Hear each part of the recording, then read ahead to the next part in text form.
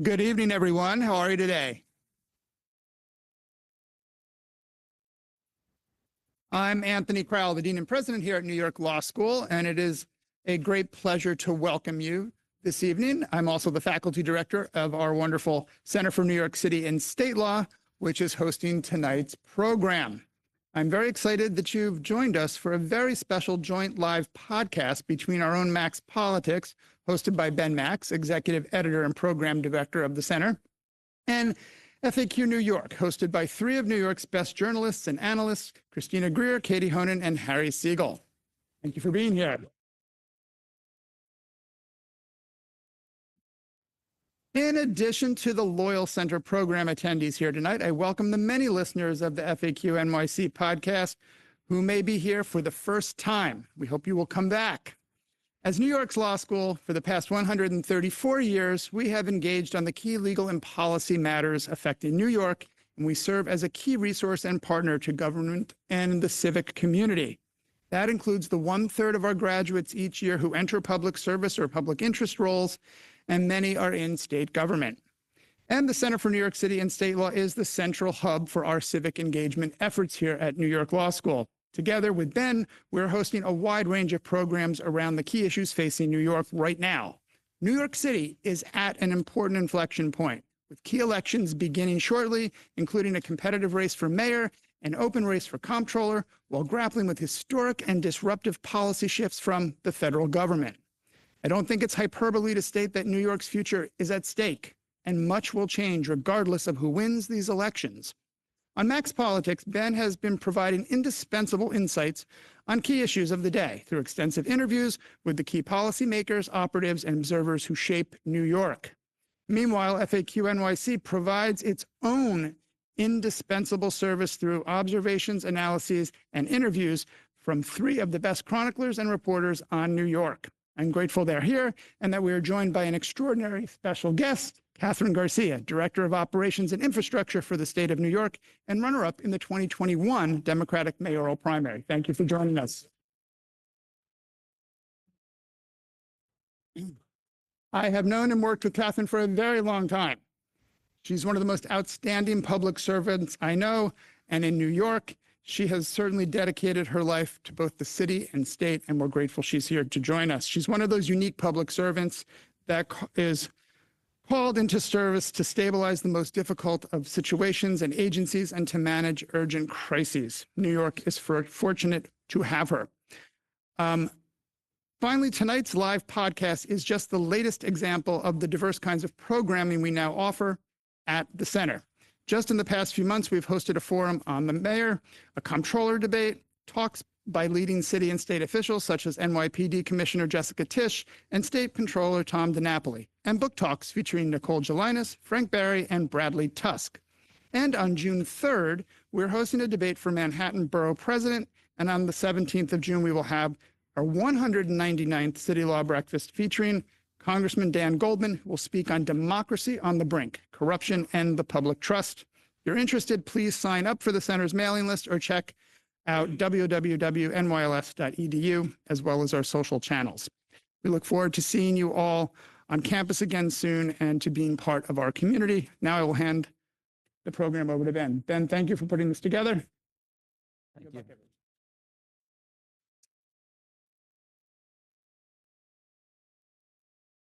Thank you, Dean Crowell. Thank you all for being here. This is a great turnout, and we're very appreciative to have all of you here, everybody else who's watching the live stream, and anyone who's watching or listening after this event has taken place, because we will post the audio to both of our podcast feeds, and we'll also have the video of tonight's event on the New York Law School YouTube page, so it'll be available if you want to rewatch or re-listen or share it with friends. But really, thank you all for being here. This turnout is a testament to interest in the elections that are happening right now and their importance. And it's great to see everyone here. Dean Crowell told you who's here, so I won't do any of that. Let's get to it. Just a quick note on our run of show tonight. We have Kathryn Garcia, our special guest. Thank you again for being here for about 20 minutes to talk with us. We'll say goodbye to her and thank her for her time, which is extremely valuable. Then the four of us will chat for a while about the mayor's race and some other things. And we're going to take some questions. There's 2 mics set up. I'll let you know when it's time to go to the mic. We'll take questions. We'll even take your analysis or your comments, but we'll ask everybody to keep it to like 45 seconds to a minute at most. Don't get up and give a speech, please. But we'll have a couple of different times where we take your questions or comments throughout the evening. So let's have a good time and let's get into it. All right.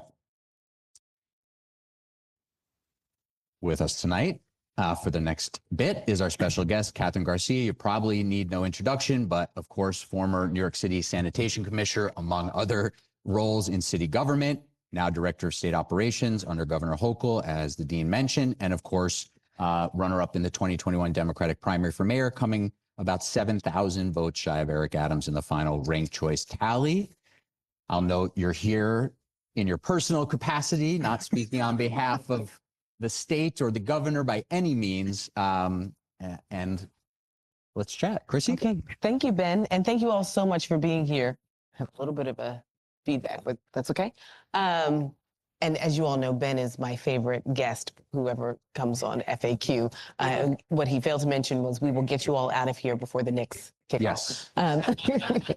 So as we watch this 2025 mayoral race, what are some reflections you have about your 2021 race? Well, this is a very different race than what was happening in 2021. I think just to everyone recollect, we were still in the height of COVID. We were doing, God help me, 3 forums a night.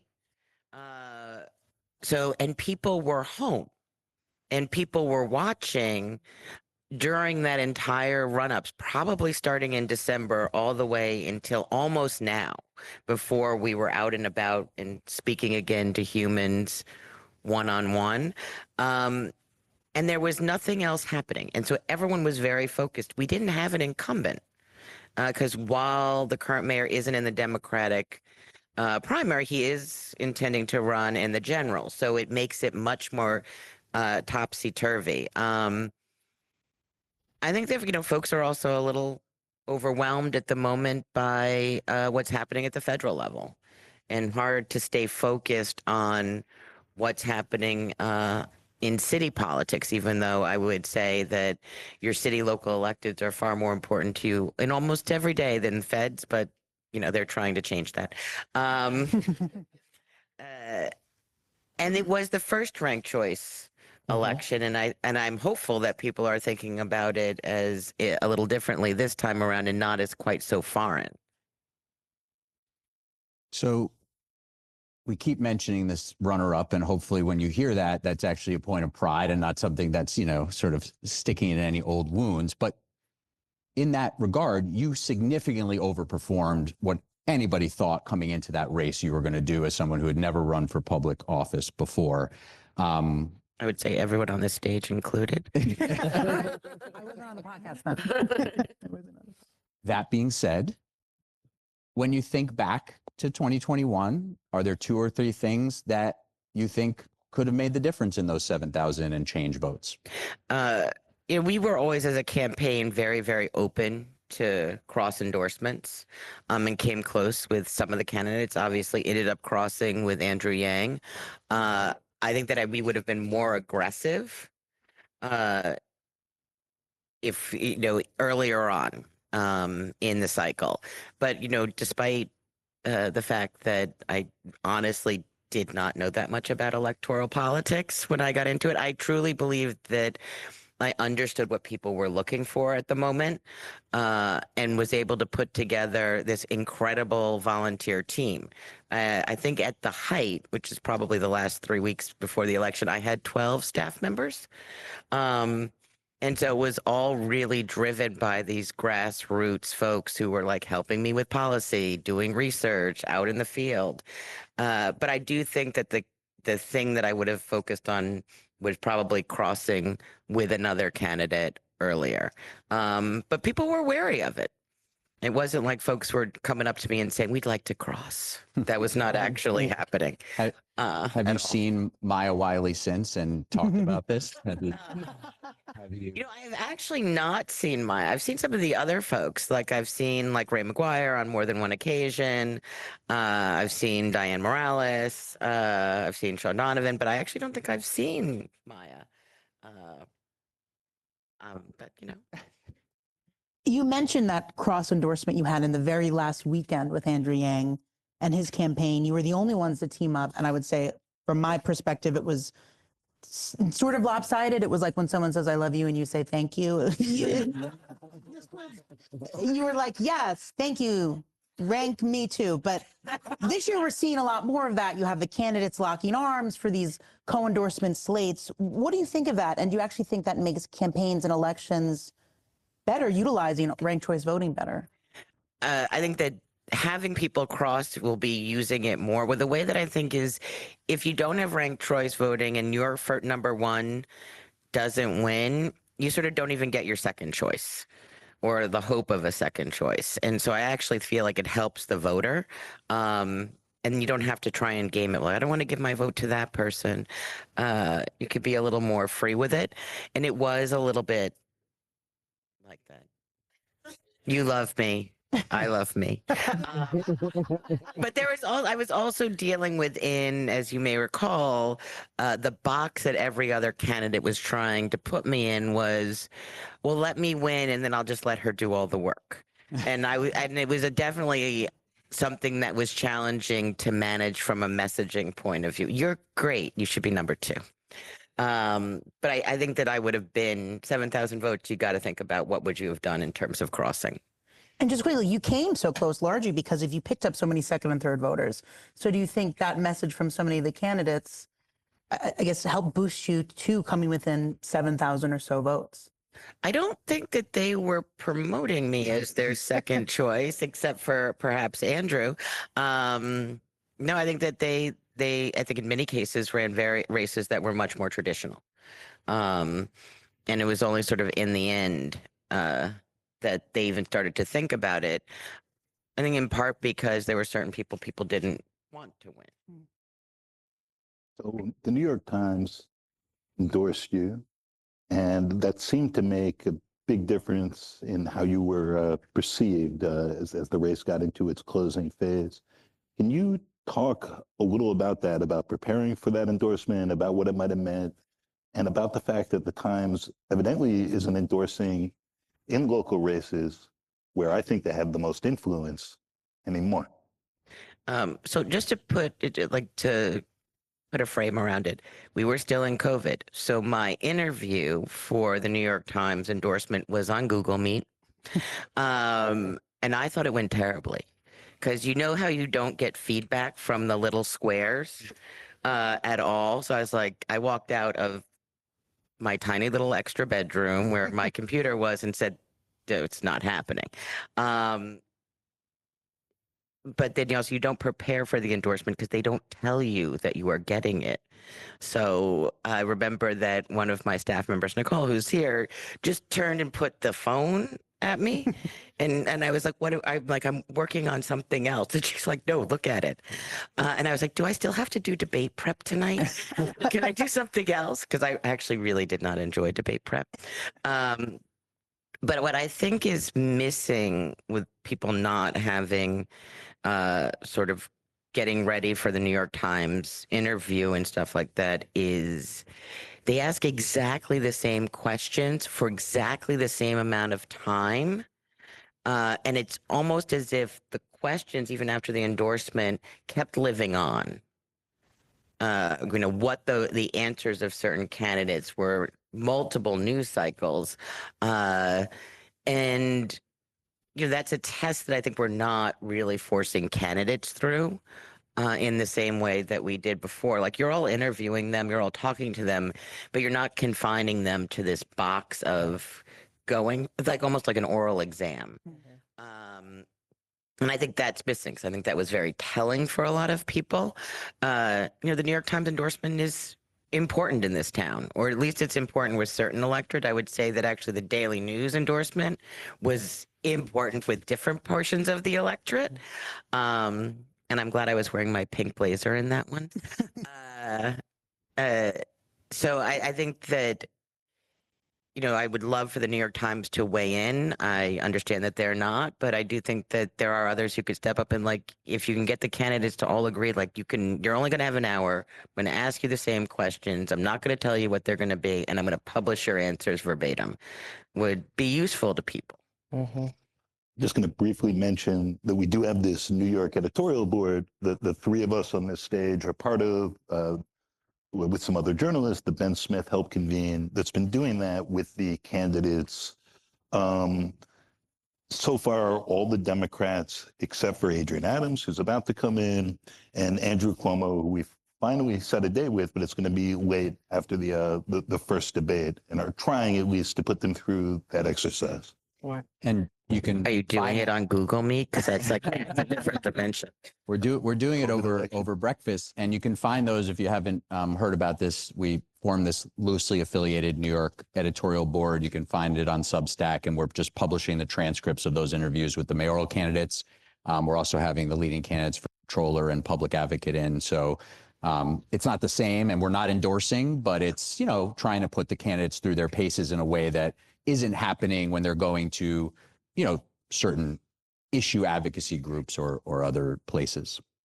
Right. Oh, by the way, what I also didn't know is you have to answer about a bazillion questionnaires from every club and we ended up having to create a database of answers. At one point they were like, how do you feel about elephants? My staff member asked me. I was like, I like elephants. What does this have to do? Why do I have to answer this question? Well, as Bill de Blasio found out the hard way, sometimes questions about animals aren't that easy. Yeah, sometimes maybe you should not take a position. Right. Don't pick up the elephant. So you ran on government competence and no drama management, something that I think we're longing for. And that appealed for a lot of people then, and it's clearly something that it's important to voters still. Why did that message resonate so much then? And why do you think it still resonates with people now with the current leadership? And some of it has to do, I think, with the men in charge, from the last mayor, I just mentioned de Blasio, to the current mayor, Eric Adams, and to the former governor, who is currently the front runner. Well, my perception of where the New York electorate is, or where it was that things were hard. Like, that was COVID. Things are like really hard now. Things are really expensive. And they don't want to have to think about what you're doing. I had a municipal manager once who was doing the rah-rah speech to get ready for snow, and he said, we don't ever want to know your name. If I know your name, then you did something wrong. If you plowed all the snow and did everything right, no one's ever going to know your name. And that is as it should be. Like, New Yorkers want their government services you don't need to add extra to it. They don't want to have to think about it. They want their subway to run on time. They want their garbage picked up. They'd like to drop their kid off at school and know that they're getting a great education. So I think that still is something that folks really want. And I'd say part of it goes back to a little bit to Bloomberg, who was never super splashy and very focused on metrics and outcomes, even though that's a really long time ago now. And I think we still want that. We don't want to know your business. We don't want to know like anything else. We'd like to just go about our day and make sure that you should be thinking about me. You should be thinking about me and my kids and what's happening with me.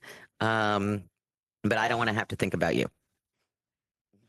I'm just trying to wrap my head around how New York City is at the point where people feel nervous about things, not totally happy. They'd like competence and less drama. And Andrew Cuomo is the front runner to be mayor. I'm not. I would always say, like, we're still in May, and that is and in any election, name recognition matters as you go through this process. I mean, Andrew Yang was the leader of the race for most of the race, at least well into late April. And so and New Yorkers come to it at this moment. I mean, like, they start to really pay attention now, start to actually probably pull all your podcasts down and think about it, and go up on the air and see what that's happening. So I think that they will decide what they want out of this mayoralty. But I think what they really want is not drama. Not is just really like, please just do your job. Few more questions for you and we'll let you go. They get harder as it goes. Plenty of people urge you and we're putting out into the universe for you to run again this year. You decided not to, obviously, and it is too late now. Say a little bit about that decision. I don't know if you've talked about it anywhere. I'm sure there's people in this room who would have loved to have seen you run again. Say a little bit about your decision not to. Well, I mean, I think there were a couple of things that really, one, running for anything, there's this whole piece of it called fundraising that I find miserable. And you have to spend a lot of time doing it, which I didn't fully understand when I did that the first time. Another is I actually do really like my current job. It's shocking how much more powerful the state is than the city. Like we write laws up there all the time. And they probably will pass about 800 in the next 2 weeks that will have impacts that are extremely insane. But like New York City cannot raise the value of an abandoned car on the streets of New York without New York State's approval. It is pretty insane. And then it was just the personal of it's very hard to do this. I think that ranked choice voting gives someone like me, who by the way doesn't actually have a trust fund, the ability to do the fundraising that actually makes me viable, and the ranked choice that helps get over the line of someone who doesn't have deep political relationships or favors to call in or anything like that. But it was not my moment. Okay. Do you have another run in you someday? I will never say never, but I think it's unlikely. Okay. Have you met with any of the candidates running this year and given them any advice, or have they come to you for advice? And do you see any candidate, whether it's in the Democratic primary or I'll open it widely to the general as well, has a similar pitch in 2025 to what you had in 2021? I mean, I've chatted with several of the candidates and to the extent that they actually wanted my advice, provided whatever my thoughts might have been. Part of it was just the basics. If you actually want to do this job, you actually have to fundraise. Like, it's important. Miserable, but important. I was so bad when I started that the fundraiser was like, you have to actually ask for the money. It took me a while to get better at it. And I made some suggestions about where I thought they could go. I think some are looking for a similar lane, but I'm not sure that it actually is a perfect fit, just based on their experiences and their biographies and what their politics has been over time. So before we let you go, I gotta ask.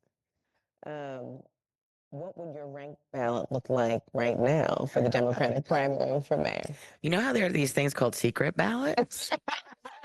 It's just us talking. I'll tell you a secret about my last ballot. My last ballot, I did rank not number one, but on my ballot, I did include Paperboy Prince, just because. Oh, Lord. You ran a great campaign. Because I really liked him. Oh gosh. Well, listen, all this Andrew Yang talk is like making me have a nosebleed. Anyone who listens to FAQ knows that, like, I hear that name and it's like, ooh, ooh. Okay, so at least tell us which 4 or 5 candidates would be on your ballot somewhere. As I said again, I'm not giving up my ballot, and I'm coming to it. I would say that they're sort of moving in and out of their squares. Mm-hmm.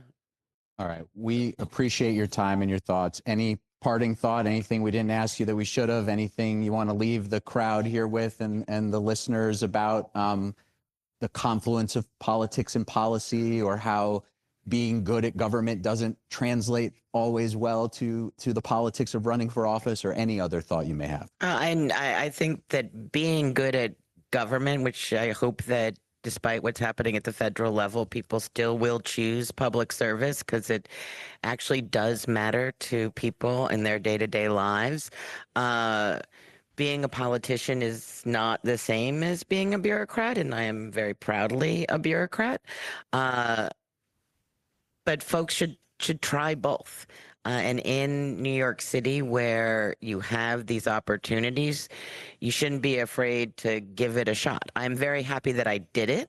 It was an incredible experience, somewhat like building a startup, I would say. And so I would encourage people who might not think that they have it in them to join government as a bureaucrat or actually run for office to do it. And though I did not choose to do it a second time, I've heard that you get better. Thank you, Kathryn Garcia, for joining Thank us. you. Thank you. Thank you, Kathryn. We appreciate your time. Since we have people watching the live stream and we're putting this out there, we're just going to keep our conversation going as our special guest departs. So, gang, we heard a few thoughts from Kathryn about the 2021 race. As we transition into really digging in on the 2025 race, are there other things any of you are thinking about from 4 years ago that apply this year, Chrissy? From 4 years ago that apply this year, I think Kathryn nailed it when she said, you know, we were in the midst of COVID and how campaigning had to take place.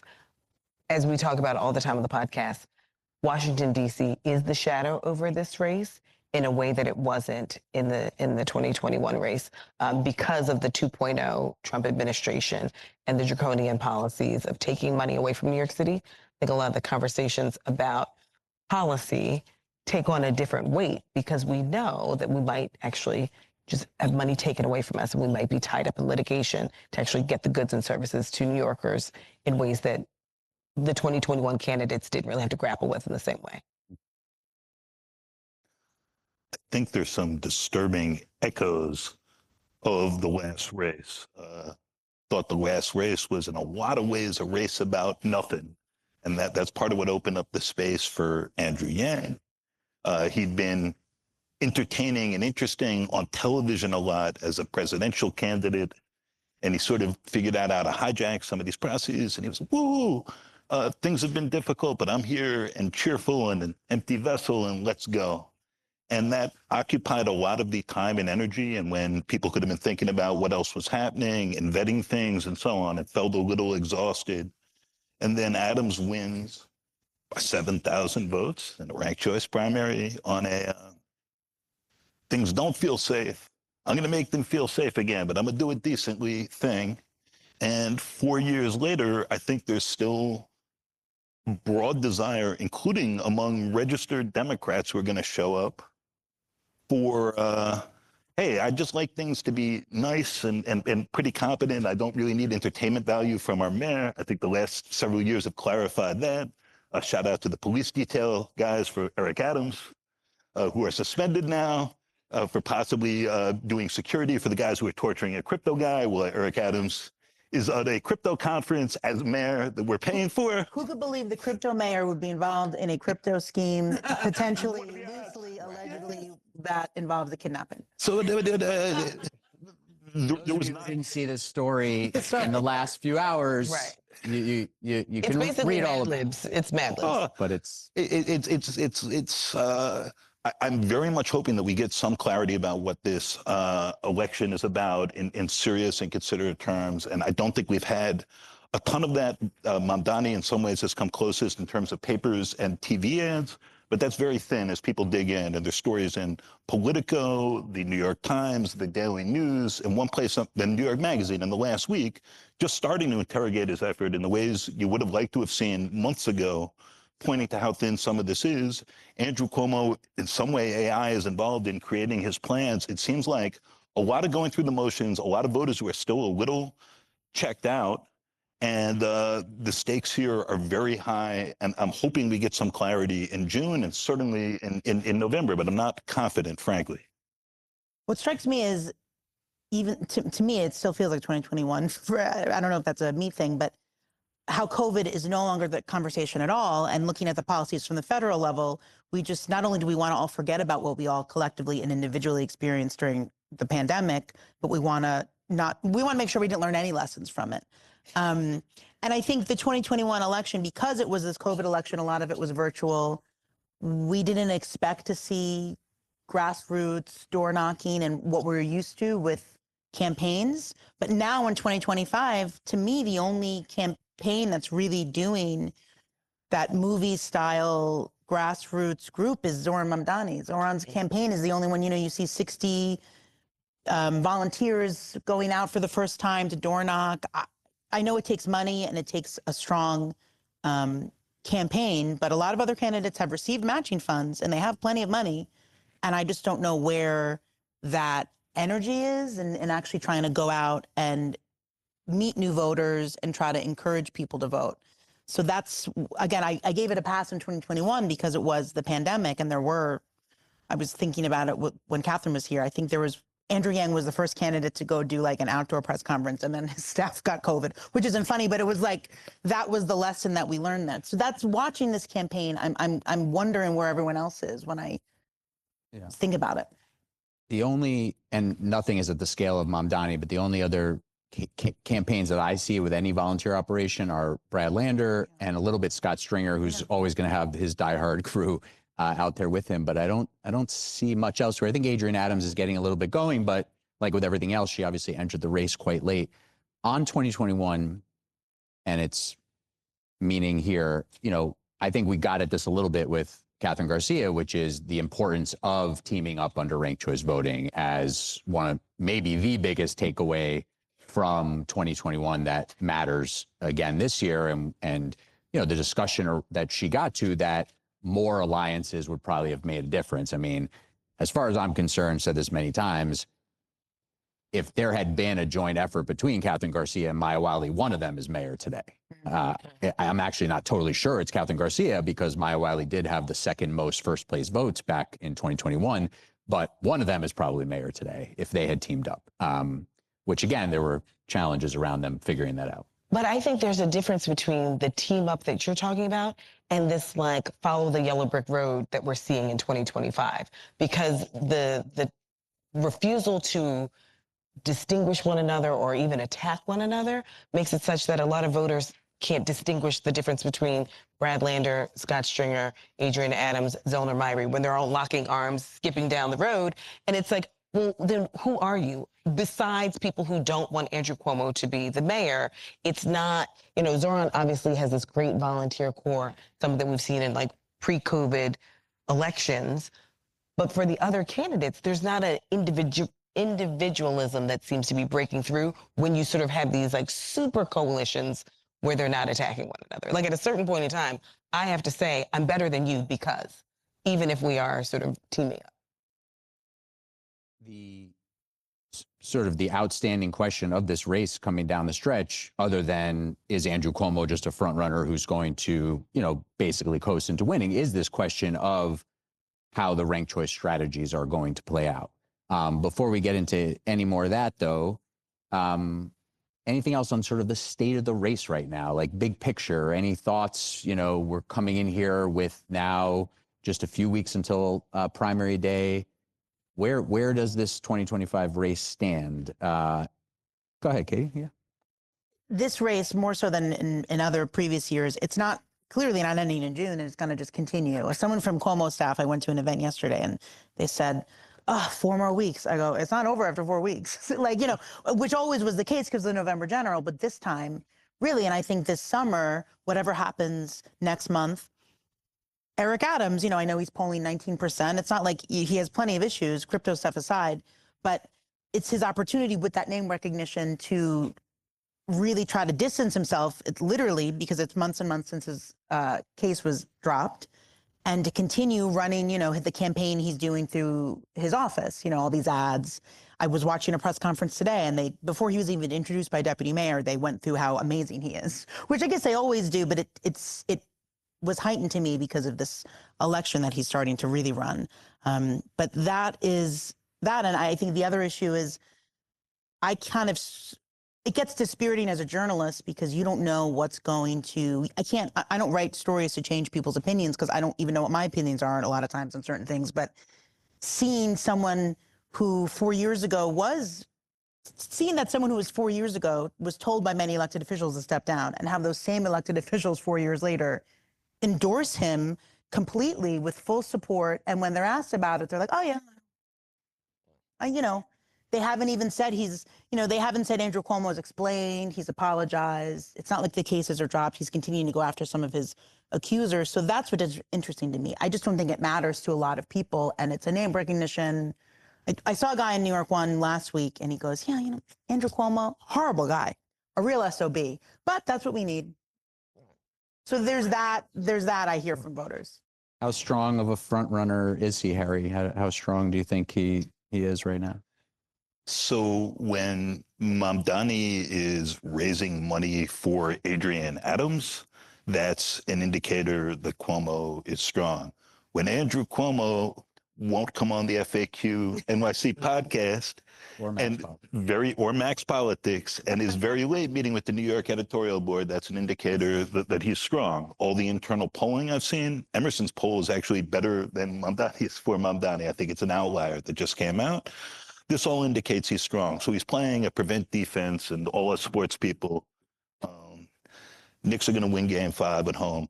Not sure about the series, but he thinks that this is a winning strategy and he can draw it out. There's questions about what Mamdani's ceiling is. There are questions about who could break through late that are actually super interesting if he does have a ceiling. Brad Lander has spent a lot of time and work positioning himself as the number 3 and like the alternative to the alternative, but he spent a lot of dough to do that. And it means other candidates, Adrienne Adams and Scott Stringer in particular, I think, have a chance to push through.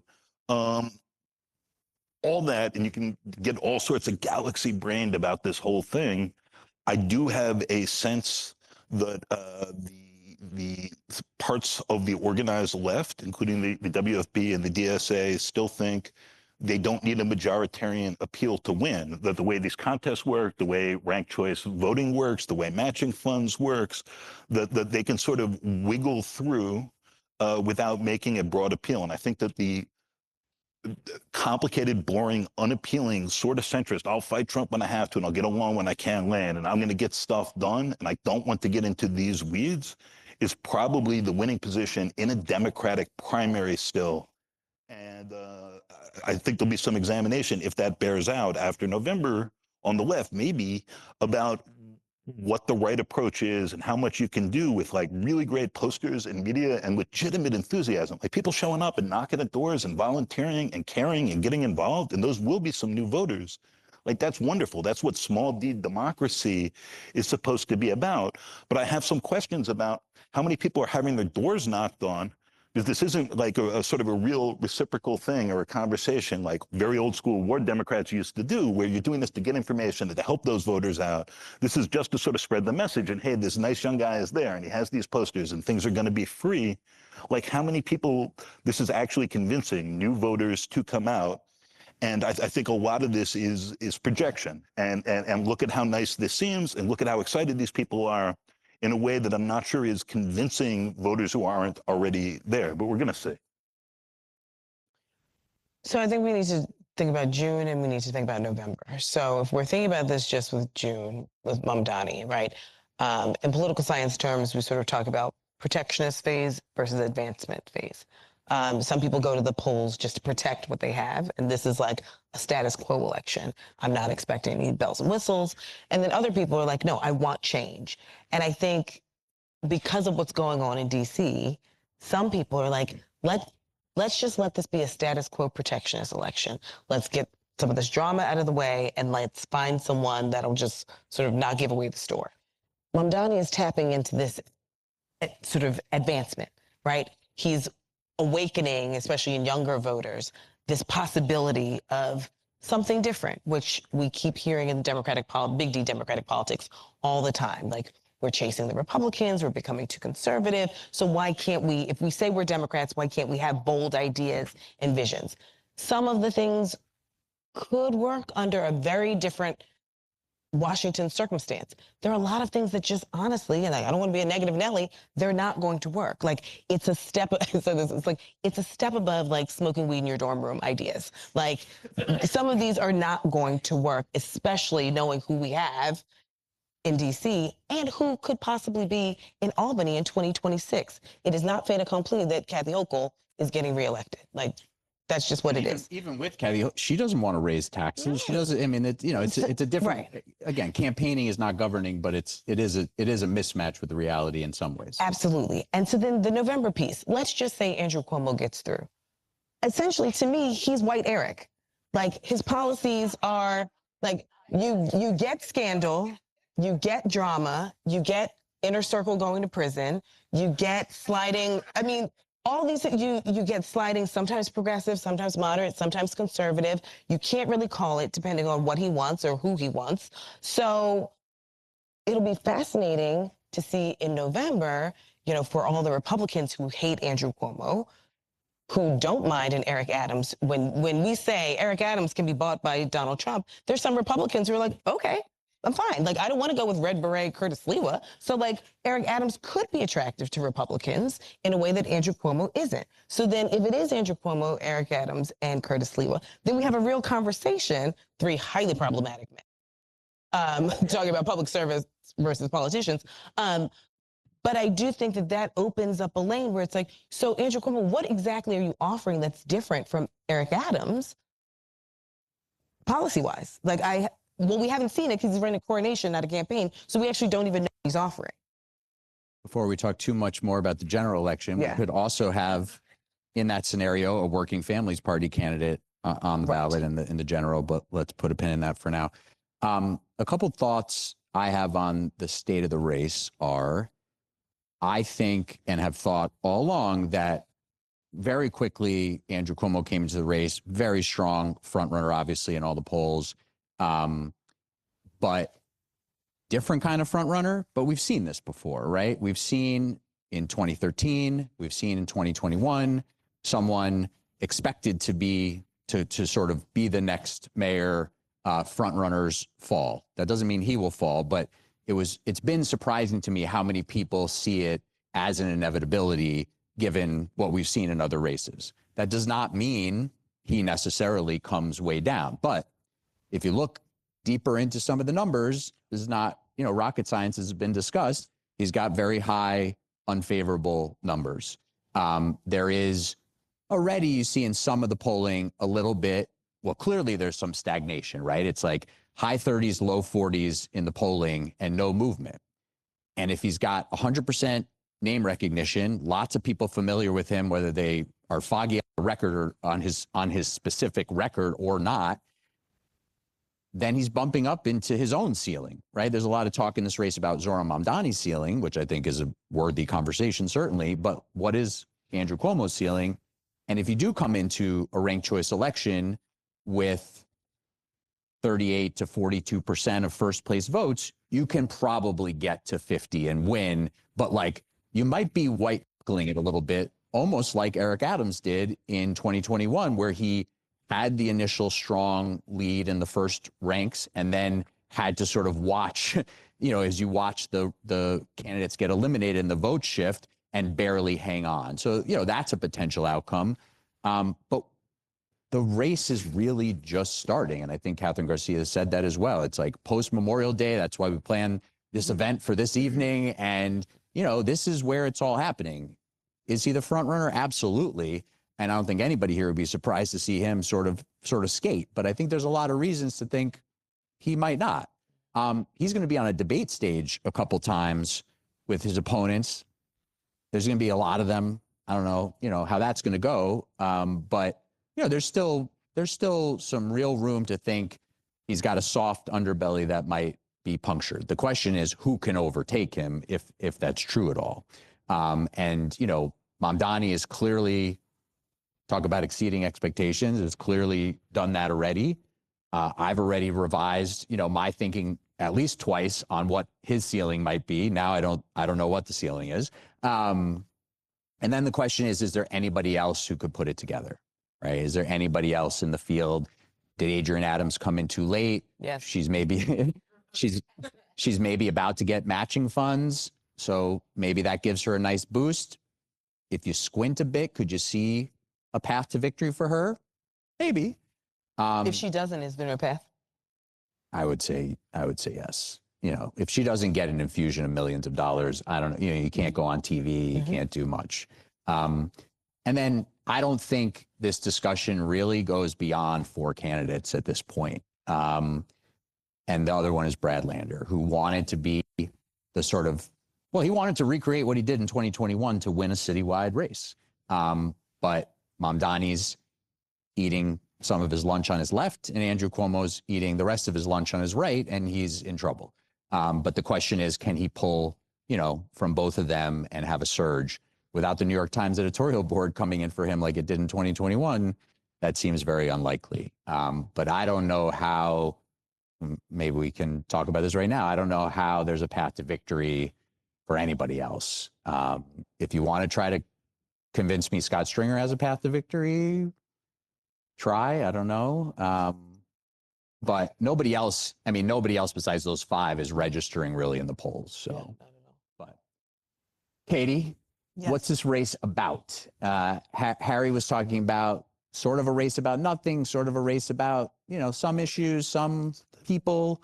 The polls say a lot of people are concerned about affordability. I think it is affordability. I think it's a race about just the bare bones, what it takes to live in New York City and how challenging it just continues to get, no matter how many promises are made about creating more housing, improving schools. Things are just very difficult and expensive. I mean, especially housing, chief among them. But I think it's also a race that's what concerns people. And it's been kind of co-opted, at least by some of the candidates, in an effort to win by other things, whether it's, Eric Adams deciding, his first ballot line is an independent. His campaign didn't realize it was too long to fit on the ballot, which I found very funny. So now it's safe streets, which is a cornerstone of what he's always run on, and then also anti-Semitism to go after, Andrew Cuomo, who started calling Adrienne Adams an anti-Semite because you never visited Israel. So I think global factors and horrors around the world are now obviously coming into New York elections, which always happens, but I think especially this time around in a really cynical way. But yeah, that's what it is. And I think that's why Mamdani's campaign has resonated. And I've met older voters too. It's a lot of younger voters I see working for him, but I've older voters who, if you're on a fixed income in the city, even if you own where you live, that's your house poor, right? That's what it is. Not house rich, house poor. And you're concerned about how you're going to continue to live in New York City. So I think that's really resonated.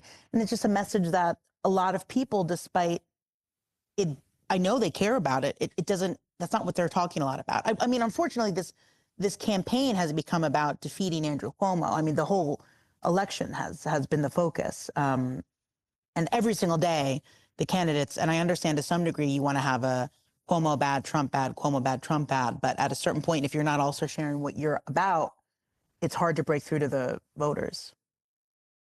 What else? You said this election is maybe like 2021, not about enough. It's tough. Look, we have less than a month to go. All the money's about to get spent. A lot of these candidates actually put out reasonably significant and interesting plans, and we're trying to position themselves. There were a lot of frustrations here. It's not great that the primary is in June. And when the primary is usually, although maybe not this year, often what decides who the mayor is, and only registered Democrats deciding. There's something Katie said. I think stress is really central, and that gets expressed in terms of both affordability and public safety. Like, New York's a nice place in a lot of ways. Probably everyone in this room pretty much lives here, right? It's not a hellhole, or how it sometimes gets described on national TV or even in the Post. At the same time, most of what the Post is reporting with their access to grind and their own agendas are things that are happening here and flake into people's minds. And oh, maybe I should just put my back against that poll or whatever. Um, every piece of polling shows that the vibes are pretty negative, that people don't feel as safe as they did, as good as they did, as good about the direction of the city. Eric Adams, as the incumbent, wants to say that's all psychology. He ran for office, on the flip, saying, I'm going to fix all this. Okay. Um, and Mamdani is offering, as Chrissy was saying, this, hey, things can just be nicer. Like, so much of what he's offering is wonderful. Like, let's have a city where everyone can afford to live here, where the buses are free, where the food is inexpensive. Like if we can be like, Lake Wobegon off the Hudson, like, yeah, like count me in. I'm not sure the numbers and practicalities are all there. And with everyone else, locking arms, doing the Wiz or the Wizard of Oz, depending on your generation. In the Wiz too. Yeah, but these people aren't the ones. I think it's been hard for voters to think that through. Last thing I want to mention here is there is a charter commission that Eric Adams has impaneled. Ben and I were talking a bit about this. We don't know what it's going to recommend yet. The last one Eric Adams did was like cynical and bad. This one seems more serious. And there's a chance that we could have nonpartisan elections, and possibly in even years, and circumstances in which I think there'd be fewer cheat codes, and it would be harder for politicians not to try to align with where voters are at. And it does seem to me there's some disconnect with the relative handful of people who turn out and are making these decisions and where most New Yorkers are at. And I feel like if that shrinks, that could actually be healthy and generationally transformative for New York. But, that's if, and we'll see. I mean, it's very interesting because you do have right now the two front runners are Andrew Cuomo, who's really hitting home. The city is in a terrible place, city in crisis. You need me to come in and fix it. Well, you don't even live here. Huh? What do you mean? And you have Zohran Mamdani, who's saying that, but saying on the flip side, it can be better in these, as you put it, very nice ways that are, again, we can talk about how realistic and can he spend all this money? Can he get the tax increase? But it's just the different vibes of the two campaigns are incredible. One is smiles and one is frowns, like fundamentally. Like, do you want to? Are people going to vote because their teeth are gritted, or do they want this very happy, hopeful? It's sort of this hopeful thing. Then you have Adrienne Adams talking about no drama management. This is what I've been doing as city council speaker with all this drama going on the other side of City Hall. I'm an adult in the room.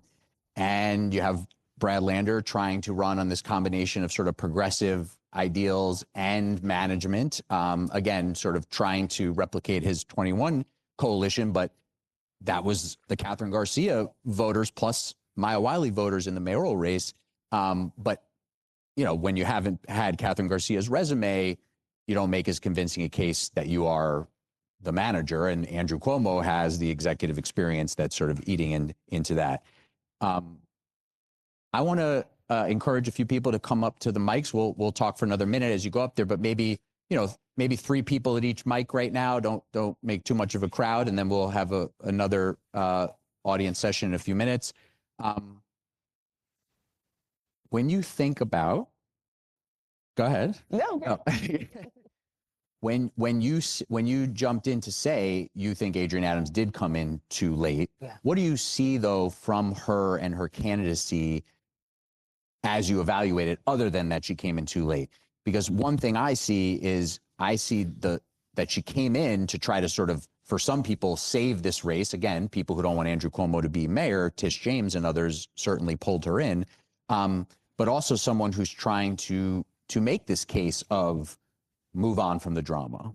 Right. And as we've seen, Black women need a proper runway, not a short runway, for a whole host of intersectional demographic leanings and how people view race and gender.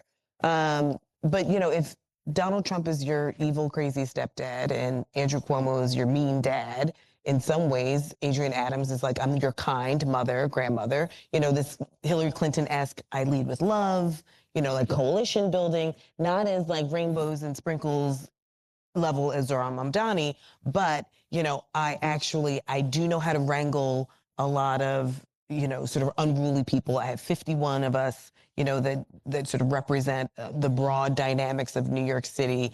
I've got Eric Adams across the hall. I've been able to wrangle him. I've been able to get certain legislation passed as speaker. So she's just now, I think, sort of hitting a stride where she's trying to articulate the wins that she's had and sort of frame her leadership in a way that can translate into executive leadership.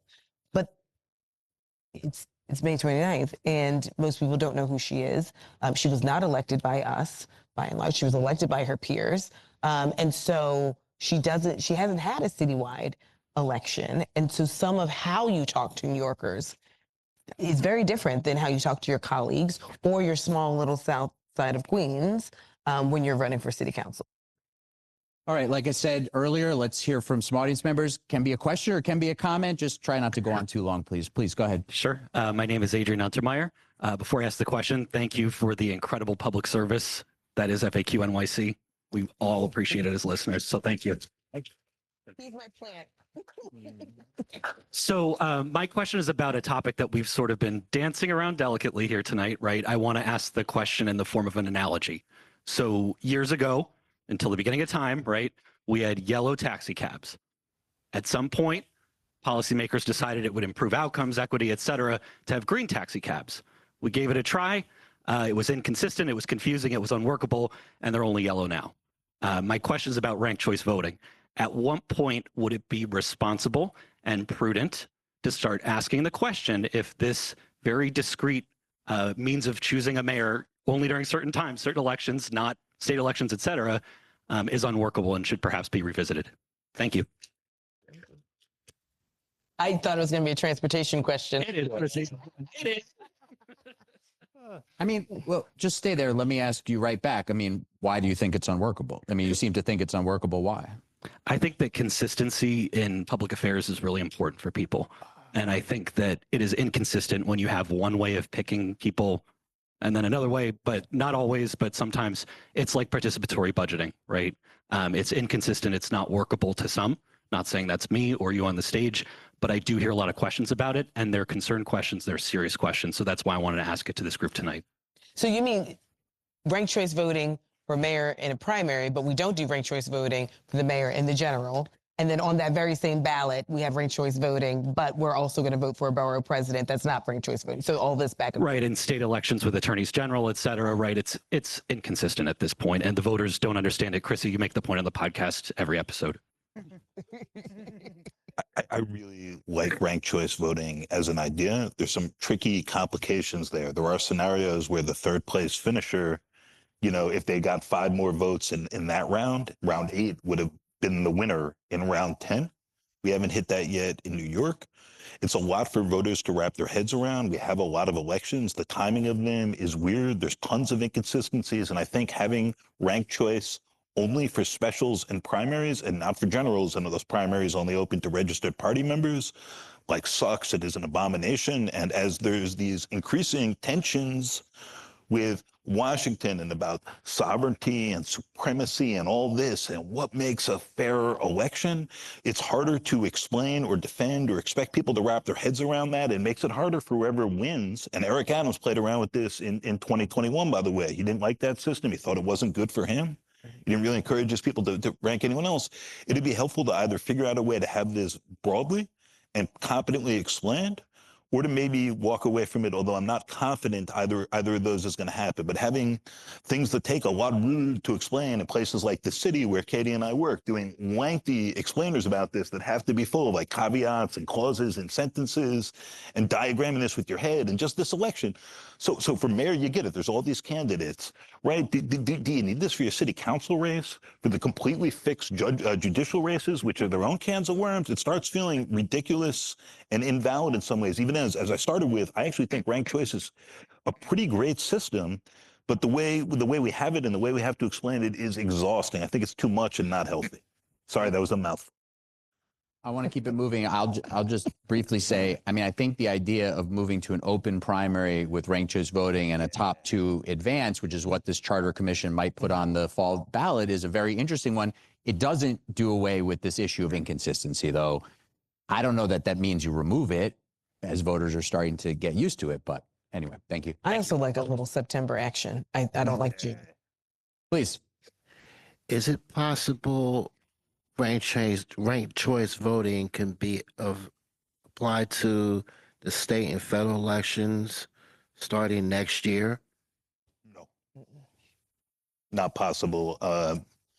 Just what it would take to actually implement that is so far past where we are. There is no chance. I think at the very least, it would require multiple years of passing things to change the state constitution.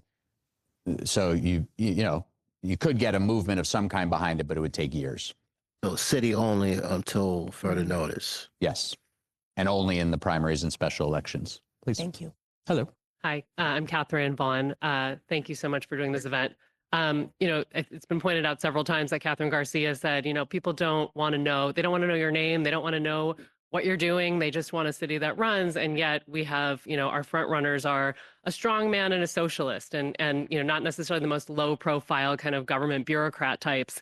I think it also kind of points to the difference between running for office and running government and kind of the different skill sets that are needed. We've talked about the kind of third lane that Lander and Adrienne Adams are really trying to go for, but it's always kind of phrased in the negative. It's like either the anti-Cuomo or the no-nonsense leadership. Is there a positive frame of that could be as captivating to people or could grab people as much as this like strongman or socialist appeal? I think, and this is going to come off as just wholesale critical of campaigns, but I am often shocked at how bad some campaigns are in actually showcasing the candidates who are paying them. In many cases, a lot of money to run their campaigns. And I'm not going to, but I just think, why can't you do, like, this is me, Adrienne Adams released a very good kind of bio video that I'm not a filmmaker, but I'm like, this is a little too long. How are we going to, it goes back to like communications 101 of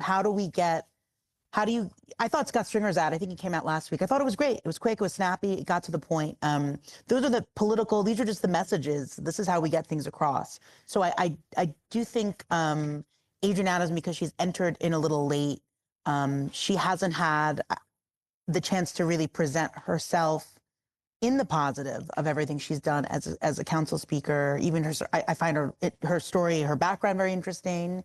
I think she's a compelling person, in dealing with her and covering her. But it's not there in the campaign level. She had a very energetic and great launch campaign that if she could replicate that energy, and that was really organic. She set it up in her district. And I spoke to people who said, yeah, I was just here shopping at the supermarket and I saw this was happening and I wanted to come.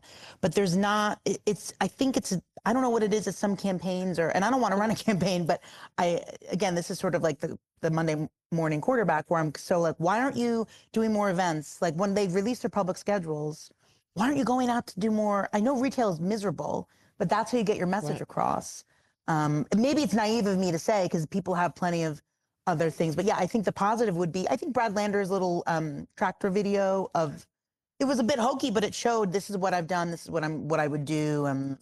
Adrienne Adams needs the money and the matching funds to get on TV. But again, you're getting at, and I think Kathryn Garcia got at this bit, like we learn over and over again in these campaigns, like you have to, what are you and your campaign about? And the good test of that is like, what would you put in a 30-second ad? And again, I'm not a ad maker or a strategist, but when I just am consuming this and analyzing it, Mamdani's got a message, Cuomo's got a message. There's a lot of other murky messages out there, and Mamdani, I think, has lapped the field in terms of you may not agree with the proposals or whatever, but he's clearly started from the beginning. Here's the 3 things I'm going to do for you as mayor. And he just says them over and over again. And for anybody that was here in 2013, Bill de Blasio had his top promises, and he just said them over and over and over again. End stop and frisk policing, universal pre-K, tax the wealthy. Over and over and over again, and campaigns have to be about something. I think there is a way to do that, but this is, I think, where, not to pick on him, but where I think, Brad Lander's campaign just really struggled to identify, like, what is this campaign about, and what are you going to do for people? And so, he's run on his top promise of ending street homelessness among those with serious mental illness, clearly a huge issue that the city is facing, but I just don't know that that's the way to excite people to come out and vote, right? Or you think of someone like Zelener Myrie, right? Like, what does your video really tell us? You have some interesting ideas about after school and summer jobs and affordable housing that's somewhat different from your opponents, but like, what are the three things? I should say Zellner Myrie is aftercare, YIMBY, and whatever else, but you haven't told me what I should know, so now I don't know it. Hi, thanks. Bill Bruno, thanks for doing this. There's been apparently a lot of reluctance in the last election and this one for our candidates to apparently do these RCV alliances. I was wondering if you could speculate on maybe how the psychology of perceptions of strength plays into it. For example, if I'm an upper tier candidate, I approach, let's say, a lower tier candidate, hey, do you want to do an RCV alliance? If I'm the lower tier candidate, I might take it as an implied statement, hey, you're going to lose, I want your second votes. Likewise, if the candidates are running neck and neck, is there perhaps the perception that the first candidate to make the ask is making an implied perception of weakness? So in other words, to what extent is there maybe a reluctance to this because the moves you make in the negotiation affect the perceptions of the strengths and weaknesses of your campaigns? Just really quick, I think some of these candidates don't believe they're the lower tier candidate. Right. That's the problem. And I often wonder, is it delusion? Like, I don't know what it is. And I think it's to run for office, you have to have some ego. It's a scale, I guess, you know, of who's total egomaniac and the other opposite end of it. But I think it's hard for a lot of people to relinquish that me in a group. I mean, it has been interesting and kind of funny watching the way the public advocate rolled out his endorsements. First, he said a couple of weeks ago, I'm going to rank Brad 1 or 2. And I was like, oh man, that's kind of an insult to Brad. And then the co-endorsement where he said they were his co-number ones, but he didn't, which doesn't exist.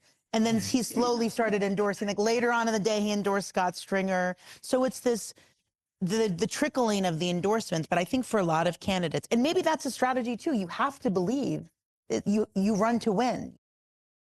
I think that for some of these folks, you know, one of the questions that was asked during that debate was, at what point in time do you cut bait? Like when it's clearly not going to work for you. You haven't gotten matching funds however many times you've tried. You know, you're polling at barely 1%. When do you leave and sort of give your small group of voters to someone else? And all of them said, you know, I'm in it to win it. So you're clearly not going to win it, but I mean, we can list off some people who are still in it and they're wasting our time. And just real quick, the rank choice things means there's a lot of incentive not to drop out, because even if people keep supporting you, their votes aren't totally wasted, and you now have money to disperse, including to your campaign staff in an operation and some of the significance that goes with that. So back to what Katie was saying, there's weirdness in which both candidates and voters haven't figured out like some broadly accepted optimal theory or game theory, right? Like in the way at any given time, there's sort of a consensus how an NBA offense or defense should operate. And then they'll shift over time, and like a coach figures something out or whatever. And eventually, you know, people do. But you can see with these candidates and with their egos and with the people who are paying them and us talking about the messaging and how much that matters. And you know, Zellner Myrie, I think, like all these people are not afraid to go out, do a thing, and have advisors telling them so, hold their lane, look stupid, know this is going to turn, the money hasn't come in yet, and you don't know. And at a certain point, if you're a tough politician and you won races and surprise people, you're committed to that, and you're willing to see it through and maybe look dumb. Everyone is figuring this system out, and it's one of the things that's making it confusing, I think, for the city to just work out, and voters, like what their narrative is and what they care about as people are holding their powder. And I do find it very frustrating to watch all these candidates, whatever you think of Cuomo, you know, just not being willing to criticize or define themselves against each other, or, you know, say, Brad's great, but here are the 3 reasons I think I'd be a better mayor. I'd like to hear some of that. I think. But I mean, also, there's some people who don't have matching funds. So it's like, what are we doing? It's May 29th, right? Like, you're not going anywhere. I think the answer to your question and the sort of follow up on what Harry just said, we're about to see, right? It's like the last, 3 weeks or so, there's a lot of ego at play, as Katie said, a lot of that, people willing to get out there and say, I don't have the votes probably to win this thing, but to all my supporters, please rank these 2 people. We'll see if people are willing to do that. And maybe some third positive message does break through, which is what Kathryn Garcia was talking about, what happened to her late. And I don't want to bank against that. And before all the money is spent, the narratives we're seeing now are it. And obviously both Cuomo and Mamdani are very committed to saying these are the alternatives. This is the race. I don't know if that's going to hold up. I'm interested to see. Whatever you think of Andrew Yang, what he did was he saw the writing on the wall in 2021. He realized he was not going to win, and he said, I don't want Eric Adams to win. And he liked Kathryn Garcia, and he tried to go all in to help her win, to get his supporters to rank her second. Go ahead. Hi, my name is Adam. Thanks so much. I listen to both your shows religiously. My question is a little bit, I guess, how important is the relationship between the mayor and DC, or the president of the federal government? And how would you help me understand how the leading candidates kind of differ in what their approach would be with the president and what the city really needs? Valid question. That's a great question. I think the relationship with the governor is more important. I mean, I think what we have with this President Trump 2.0 is much different than what we saw in his first term in terms of what he's going after. But look, I mean, even the congestion pricing was struck down to defeat it. So he's had some losses, even if his shots have been pretty, you know, what he's doing to Harvard and Columbia. I mean, that doesn't have to do with New York City's, the government. I think, look, I look back to the Bill de Blasio era of Trump, and New York City still received, you know, it wasn't this sort of, you know, Mayor Adams often says that, well, he has to work well with President Trump. He uses that as his reason for his behavior towards Trump for his own personal gain. And even though he denies that that's the case, he's not on trial right now, and it was successful for him. But obviously it's significant, but I think it's hard to answer that question with our current president, because he's behaving unlike any other president in history, at least in recent history, with what he's going after and that kind of thing. When it comes to the individual candidates, yeah, most of the candidates have had a very strong, I think this was a question on our Meet Your Mayor quiz, but they're just completely attacking Trump and viewing it as they have to fight him. And I think our current mayor has been more, well, we want to work with him and be able to work with the federal government and our allies down there, or whoever's down there. And I think Cuomo has not been as aggressively attacking Trump either. They're longtime friends from, you know, years and years ago in New York. But yeah, right now we're going after Trump. And I think for anyone running the Democratic primary, I don't think any candidate wants to say, well, you know, I do like President Trump's views of efficiency in government, and I think he did the right thing in trying to cut all those jobs. That wouldn't be wise, even if they might think that's what you have to do. And I think also, and this sounds duplicitous, but who you run as a candidate and you are if you win, there's a little you have to behave differently when you're in that office. I think what also makes this 2.0 different is that, you know, at some point in time, times of the essence, Democratic candidates will say, we'll need to talk about, what are you going to do if ICE comes into religious institutions or schools or, you know, places of employment in New York City? You know, how are you going to utilize your power as the mayor to fight back? Is it always going to be fighting? I don't think New Yorkers really want that, but it's like the carrots and the sticks, the honey and the vinegar, like, how are you going to make that assessment? Who's going to help you make that assessment? I think is on the minds of some voters, especially those who are in marginalized communities and mixed status families. You know, we have to remember the mayor's budget is largely spoken for, so there's very little wiggle room as well. And so what happens if things change in Albany, but also if things change in DC that affect Albany, and then that affects New York City? Well, one thing real quick here. Eric Adams was asked about this earlier in the week, and he said, "That's not my problem, right? Like I don't control what these guys do. What am I supposed to do? This is about the student who Chalkbeat first reported on, who got arrested at a court hearing, a 20-year-old high school student, right? There were court arrests yesterday and more happening today. I'm not sure the status of the city, the newsroom's reporting it, if this is up just yet, but it's about to be if not.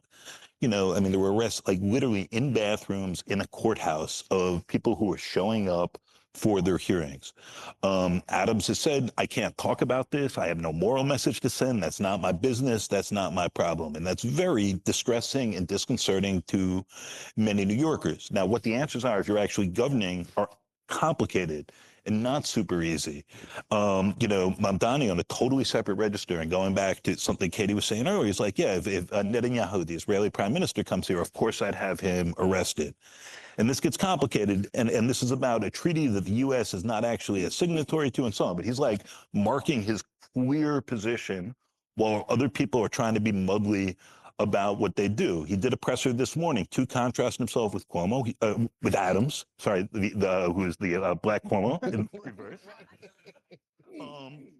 And to say I'm going to fight this every way and with every power I can. I actually think that would be a huge mistake in a lot of ways as mayor, that you can't have every fight, and you actually don't want to have the NYPD fighting against, literally fighting and like with guns against national law enforcement, which is a scarier and more distinct possibility than I think people realize. There's this question about where sovereignty starts, whose supremacy is there, that is getting forced violently right now. So as a Democratic candidate, I think what Mamdani did was very smart and sensible. A bunch of them are talking about this, but as mayor, it's very tricky. And lastly, I do think what happens with the governor is more important. And a wise mayor who wants to protect New Yorkers and make sure that people with all sorts of status, and people, by the way, who came illegally in the last 2 years, who Trump is now calling illegal immigrants, that they can go to school, their kids can go to school and they can drop them off, that they can show up at their court appearances, all that. And that's going to take a whole combination of levers, and I think hiding behind a governor would actually be a very useful and healthy thing, and because that is where the sovereignty is. As Kathryn was saying, Garcia, like the mayors can basically only do the stuff that Albany specifically allows them to, and they need to be wise about that. And speaking of the governor, I've had quite a few people say to me on the record, off the record, on the podcast, that Kathy Hochul is actually showing a model right now for how to deal with Trump. She's not laying down on everything like Eric Adams is. She's not gratuitously sort of going after him constantly or calling him lots of names. She's fighting for the things she thinks are important. She's going to court when she needs to, et cetera, and celebrating sometimes where she's winning, but is, also meeting with him privately and sort of sweet talking him in ways that I think at this point, we just have to understand are like necessary ways to get what you want from Donald Trump. But the strategy questions are still, to be determined about what works best when you're mayor, I think. So One of my favorites. Steve, the king of the maps. Steve Romoleski from the CUNY Graduate Center. So the rankings on your ballots only come into play when there's more than two candidates in a race and none of them get 50 plus 1% based on the count of the top ranks. So what, for any of you, for let's say the citywide races, what do you think the chances are that none of the candidates will get 50, or that one of the candidates will get 50 plus 1%, and therefore we won't even need ranked choice balloting, even though we've filled out the rank? Mm-hmm. I mean, just quickly, I think I sort of got at some of this before. I mean, could Andrew Cuomo get there? Maybe, but if he's stuck where he's been stuck, I don't see it. I don't know that anybody else can get there on the first vote. But Or for controller or public advocate? 95%, I was going to say, for public advocate, it's very hard for me to see Jumaane not just getting the 50% right away for a number of reasons. You probably saw the Emerson poll, which is interesting to me. Justin Brannan, he's just started spending, but he's barely ahead of Kevin Parker, who technically is running. Right. You don't see much, but he's on the ballot. Yeah. So.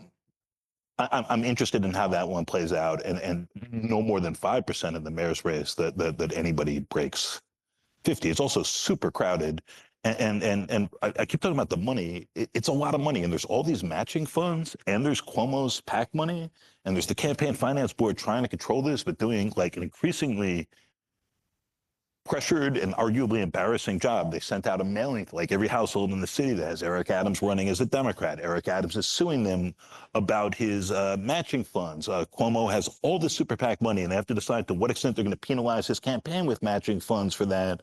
Like, you can feel the pressures on the system building really, really rapidly, which only relates to ranked choice, and that all these complicated to explain things that I think are actually pretty nice and good, they're going to have to do more to start justifying themselves pretty quickly, or I think we are going to get to a point where even in New York City, people are, what is this? Why are we doing this? This doesn't seem right or democratic or useful.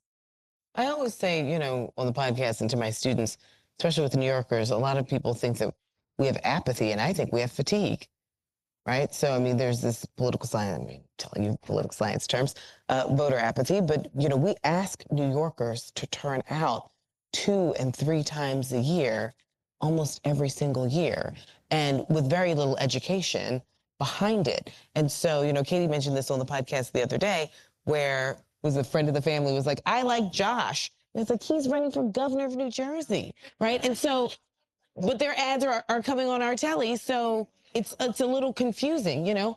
I'm sure that there are going to be people who saw Mark Levine's, you know, multilingual ad, and they're going to be frustrated that they don't see him on their mayoral ballot, right? Not recognizing that he's actually not running for mayor. So as we start to get this onslaught of ads, especially in the next 3 weeks, that's where it's going to be super confusing for a lot of voters who are looking now at possibly 12 people on their television from New Jersey and New York and trying to figure out, some of these are just straightforward, some of them I'm going to rank, some of them aren't even going to be on my ballot.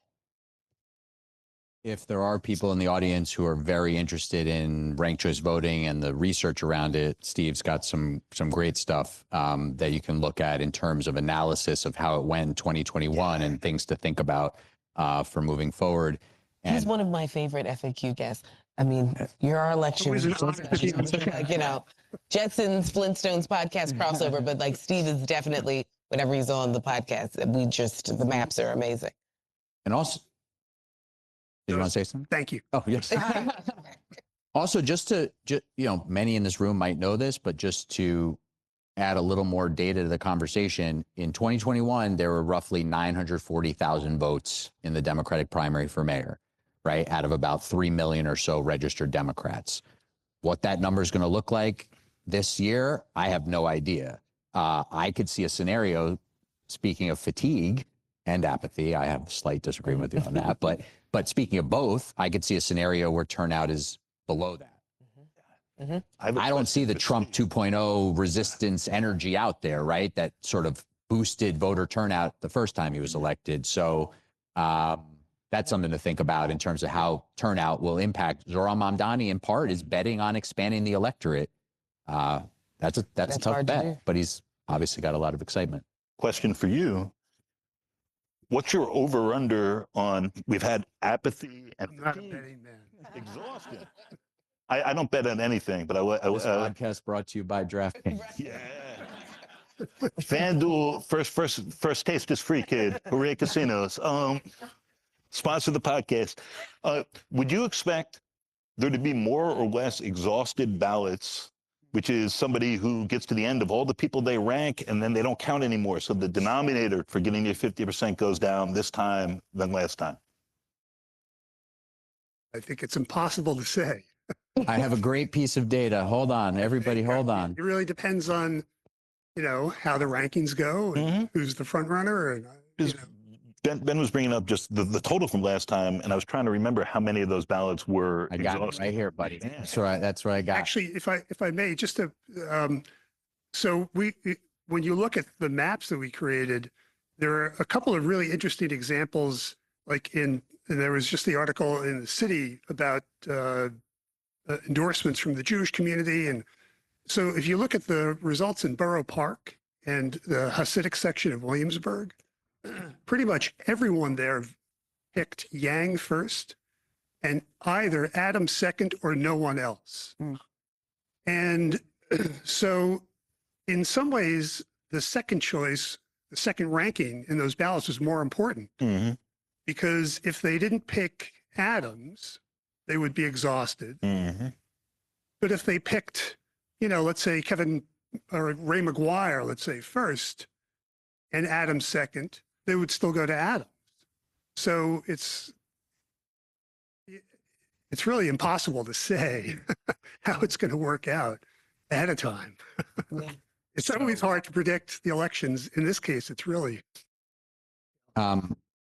There were 140,000 ballots that had none of the top three in 2021.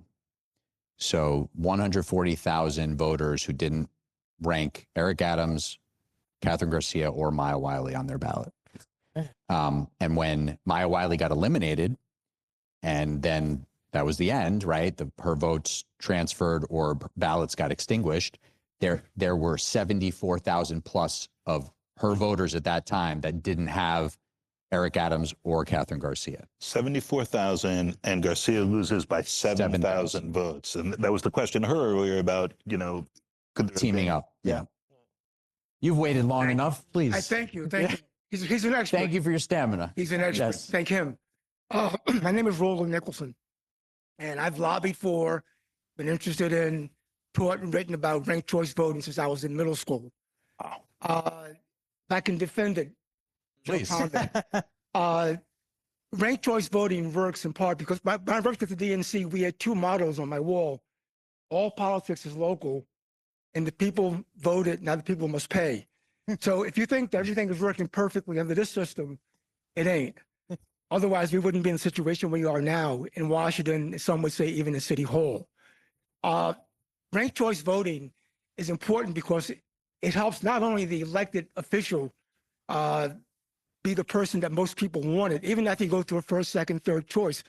And we had the contract to do the school board elections when the school board had local elections, community school boards. Before Mayor Bloomberg changed it, we ran it for 3 cycles. I would hire law students, graduate students, and I would teach a course where they would come, I would explain ranked choice voting. They would sit there, and for the first half an hour, they would blank. And suddenly, like one by one, bingo, I got it, I got it, I got it. So the goal is to have the candidate who wins be absolutely voted for by most of the people. But it works both ways. Because by getting most of the votes, even second, third, of people who voted for him or her, that person goes to Washington or Albany or City Hall with that many people behind them, but they're also responsible to those people too. The electeds get elected by people who send them, but the electeds, and I worked on the House staff. I remember Karen Mitchell saying, check out that election district when we get comments, a lot of mail coming in with those people on the outside or the other side in the general election. And it has consequences. And one last comment, Dan Goldman, who's about to speak here, I think next month. June 17th. Yeah. Right, he represents a district in Queens. As a lobbyist. Manhattan and Brooklyn. I'm sorry, I forgot it. And Brooklyn's a very important part because a young assemblywoman, now had been very helpful to my lobbying firm in Albany with legislation. And that's not why we supported her. We gave a fundraiser for her, raised money. We thought she would have been the ideal candidate to go to Washington from that district. There are a number of Korean, Chinese, Vietnamese voters, both in the Chinatowns in the district and parts of Brooklyn, which have become greatly Asianized, so to speak, over the years. Dan Goldman won that election with 26.2% of the vote. Our candidate, Assemblywoman Noah, got something like 25%. 3 other Asian candidates with Asian names, and somebody said, why don't we challenge their petitions? I said, I don't think these guys are going anywhere. So I told my people, we're not going to do that old game about, and I've run campaigns in New York. Let's go send law students to the Board of Election and challenge signatures. So those 3 candidates, between them, got 6% of the vote. So what happens is that Assemblywoman she can't run for the assembly because she's out of that seat, didn't go to Congress representing a district with a large Asian population, and she lost because 3 other Asian named candidates who didn't campaign, they didn't file campaign expenditure reports, got just enough percentage of the vote. And Dan Goldman's doing a fine job, don't get me wrong. I mean, he's been very helpful to us. But you're getting at he doesn't the broad case for ranked choice voting. That's right. In many cases. Yeah. You know, and it works both ways. We send somebody to City Hall, Washington, or Albany. They represent people who voted for them. And Dan Goldman has been he's bent over backwards to help the Chinese communities that we're involved in. So, so maybe it works the other way, but I would rather have had just Noah there. Yeah. Thank you. Thank you. Just in Adrian's defense, he was mostly criticizing ranked choice voting because we don't use it in all elections. So I think we should. Yeah. Thank you for your patience, please. Except for Pope. I'm Sean Gagan. First of all, thank you guys for doing this in person. I love hearing you in my ears, but it's really fun to see you on stage. I particularly, it's nice to see, Harry, your reactions to Christina's colorful analysis. I didn't know that happened because I just listened to you. So thank you all for coming in person. We've skirted along the topic of the general, and I'm curious, right? Because in 2021, we had Eric Adams win the primary, and then he went up against Curtis Sliwa on the general, and that was it. This year, we're going to have a Democratic primary winner. We're going to have Andrew Cuomo on his independent line. We're going to have Eric Adams on his independent line. We're going to have a Working Families Party candidate that we don't yet know on their independent line. And so my question for you all is, how important and to what extent this year's Democratic primary important because we are going to have all of these candidates in the general this year? I mean, I would argue, well, first thing, thank you for listening. And thank all of you for coming. This is really, I mean, it's really inspiring to see so many New Yorkers who care about New York. I mean, we know that we're not the only ones, but on a random Thursday when the Knicks are playing, it's really heartening. These questions have also all been fantastic. Right, yeah. Very, very great questions. Well, I mean, we have really smart listeners. Yes. I mean, we say that all the time. And you should see the behind the scenes where we have to wrangle in Larry. So every election is an important election, but this one seems really confusing for a lot of voters because of all these independent lines. And we've always had independent lines, sure, but to have such prominent people on independent lines. I mean, think about how unprecedented it is to have a sitting mayor say, my party primary is too much for me to deal with right now. I don't have the money. I don't have the time. I'm just getting off a court case. So I'm just going to skip it and just make up a party line and run as an independent in November, which does put him in play. Terrible poll numbers be as they may, it still puts him in play. He's still the sitting mayor, and there's still time for him to articulate something to a particular type of voter, especially when the Republican candidate kind of always gets that 30%, but it's just kind of baked in. But those people could be swayed by a Republican-esque Eric Adams. So I think most voters are used, especially Democratic voters, once you get your candidate in June, it's fait accompli, and then you may or may not turn out. But I think this time we're going to see a lot of people possibly dissatisfied in June. And so the summer could be really fascinating. And the fall will be really interesting. And the money, which Kathryn talked about, is going to be fascinating because we'll see, I think, other PACs pop up. We're going to see a different type of fundraising. I'll be fascinated to see the candidates who don't win on June 24th coalescing around, or not, the Democratic candidate or someone who's running on one of those Working Family Party's lines or independent line. So, as my grandfather says, I can't call it, right? Like, I don't know what November looks like because of these moving parts, as Steve talked about, that we're just not accustomed to seeing. I'll say two contradictory things. One is that the Democratic primary is still very important. Obviously, the winner will be on the Democratic Party line for the general election. But also going back to ranked choice voting, to the point that to win a ranked choice primary, you have to have a higher degree of broad appeal. So to then win that election, you are coming into the general election with serious momentum, right? Because you've at least been first or basically second, maybe third on a whole lot of ballots, right? So I think that that is pretty important. On the flip side, you can play it different ways where the Democratic nominee has a real race on their hands, no matter whether it's Andrew Cuomo, Zohran Mamdani, Brad Lander, or somebody else, depending on what some of these other candidates try to do. I'm of the mind that Andrew Cuomo is setting up another ballot line in the case that he's the Democratic nominee to have a place for voters to go for him if they don't want to choose him as a Democrat. I don't think right now he loses the Democratic primary and then just runs on that ballot line. Going back to the other part about the congressional race, the WFP again has a choice, which that, if you recall, in that New York 10 race, there was a question, will the WFP run Assemblymember New on their line in the general election to try to defeat Dan Goldman one-on-one basically there? They chose not to. The WFP, if a Mamdani or a Lander doesn't win, or an Adrian Adams doesn't win, will have a big decision to make about whether to run someone.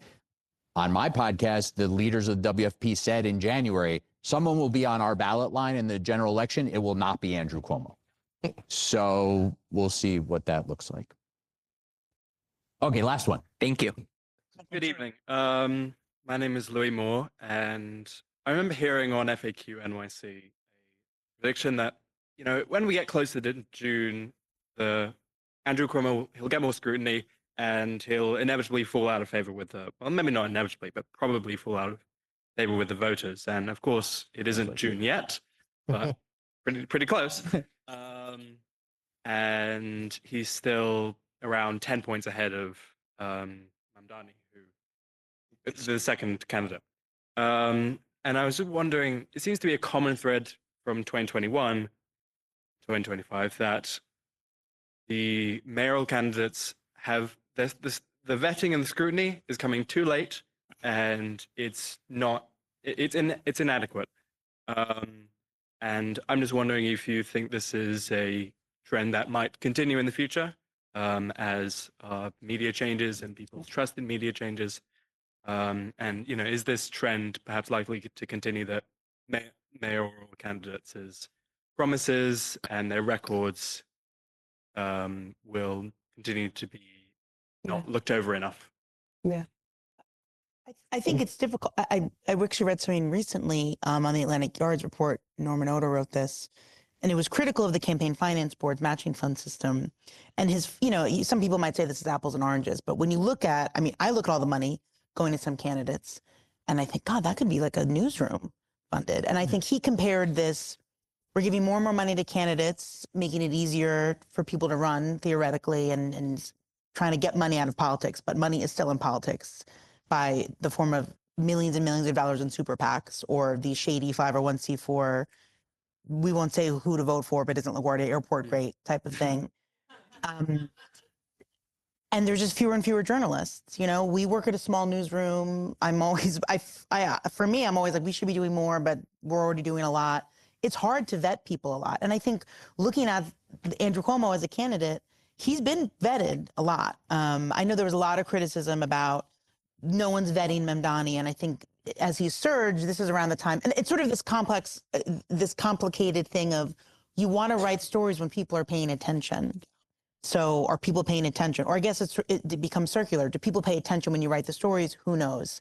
So there's been criticisms of Mamdani's, you know, his legislative record, what kind of assembly member he is. I know there was a lot of online conspiracies about his secret wedding or his secret wife. People would tweet at me, no one talks about his wife. It's like, I don't know who Whitney Tilson's married to, you know, I don't know. It's that kind of thing.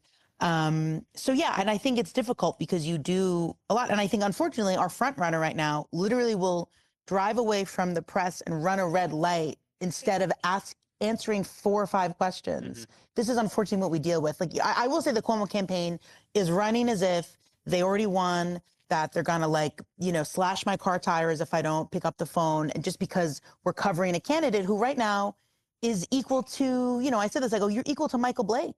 You're not in office right now. That's obviously, you're looking at the polls. So that's the problem too.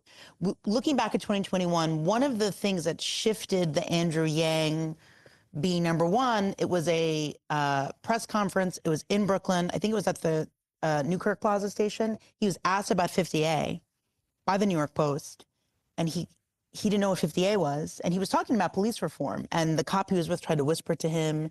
But I'll never forget the clip, and Scott Stringer's campaign used it. Marcia Kramer leaned in when he was struggling, and I said that was the kiss of death, and they actually used her leaning in. But that was one thing where people realized, is this guy the empty vessel that Bradley Tusk said he is? Who is this person? And you can't replicate that for everybody. And again, we don't go into this thinking we're going to get people to get them to knock them off. But I think when you have this really high ceiling and of someone who we know everything about Andrew Cuomo, we even know who was allegedly having an emotional affair with from his staff, right? We know the women who accuse him of sexual harassment or assault. We know what he did during COVID. Like, this stuff is out there. So I think that is also what's depressing as a journalist. These, especially for our leading candidate, he's been vetted. And I think for some people, they just see someone who they like and that's it. But it is at the same time difficult in our journalism landscape to fight disinformation when it's everywhere, and then also have the resources and the actual bodies to go out and cover stuff. But did you have a... I guess a slight follow-up is that to what I meant to say was, is what's being vetted. Like, we know a lot about Andrew Cuomo, but like, that's not going in what people are reading. That's not going in what people are caring about. And I guess that's a bit about the splintering of our media environment. That's the big closing thought. I mean, seriously, there's not enough money to go around for enough journalists to do enough vetting. And a lot of that is fairly boring, fastidious work and just going thoroughly over people's records and paying attention.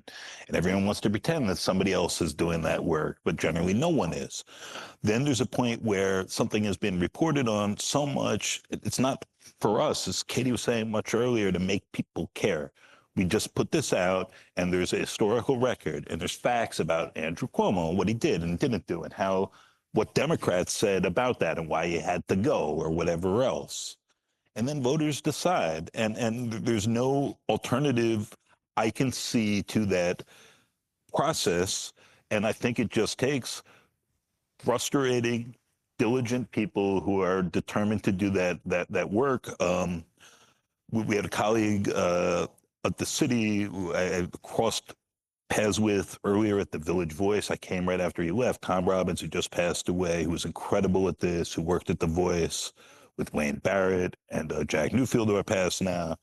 And Norman Oder, in some ways, I think, is in that tradition. And there's like elements of obsessiveness and OCD to many of the people, though not actually Tom, who I think had a lot of a real moral compass and other strengths of doing this, that you're just constantly going through and doing the sifting. And Wayne, who died, I think, the day Trump was inaugurated, right? Like, he'd literally written the book on this guy. Look at this fucking guy. Pardon my, but this fucking guy. And then there's an election, and none of this is a secret. And for whatever sets of reasons, Trump wins. And in a low information environment, when there are many calls on people's attention, and most of them are not actually local, which is to me like the central thing, that if people pay attention to the environments they're in, people are the same as they've always been, and we're crooked timber, but there's a lot of solidness there, to mix metaphors, and they will come to decent decisions. And to the extent they're getting really angry about what's happening in Texas or San Francisco or whatever, and look at how this thing is being narrated that I'm not even in front of in some forum, they go crazy, and they're more easily bent out of shape. And so my hope is that there's more people show up in a room like this for, my God, we've been going quite a long time. They shoot horses, don't they? Who care and are interested and want to engage in these sorts of conversations. And I think for people who are already there, modeling just a little of that, and like talking to people decently and graciously and bringing things to the city we're in, the things we actually determine. And people I know have very right-wing politics and are nationalized. I just talked to them in New York about like the migrants who are here, what actually makes them feel safe on the trains, and like trying to speak on that level to people is hugely, really important. Past that, no, this is all falling apart. It's going to get worse. And things are in a low information environment where people who sort of look the part and run the right ads have reason to run away in their car and not have unscripted conversation, because the script is decent and probably going to see them through, and anything else can only do damage.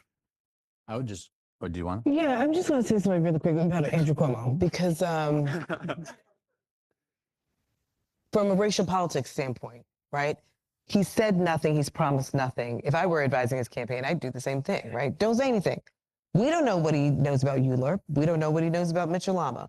We don't know. Does he know 50A? I don't know. I have no idea. Do you want more police or no police? He has said very little.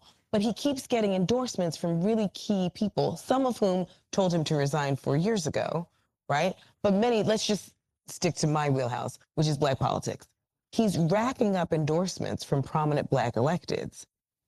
Promised nothing, said nothing about communities, has articulated no vision for Black New Yorkers on a whole host of issues, but those endorsements kind of lead to more endorsements. And so it leads to sort of this idea that he will be the mayor, because we all know that nobody wants to be on the wrong side of Andrew Cuomo, because he is a bully and he is vindictive, just like the president. There is something in the water in Queens that I keep talking about. I was born in Queens. Kings and Queens. I get it. But there's, listen, I got it too. I was born in Queens. Like, there's something in the water. Like, but there's a thread between Eric Andrew and Donald. Yes. And I think a lot of politicians are sort of reading the teeny bit of tea leaves, and it's like, he's got a really good chance. I don't want to be the last on the endorsement party. I don't want to be the last to sort of say I like you, because he'll remember that. I mean, he is a political animal, even if, in my estimation, I don't think he knows anything about New York City. We are in our last 5 minutes here, and I have one closing question for each of us to answer. Thank you for the question. I'll just add on that.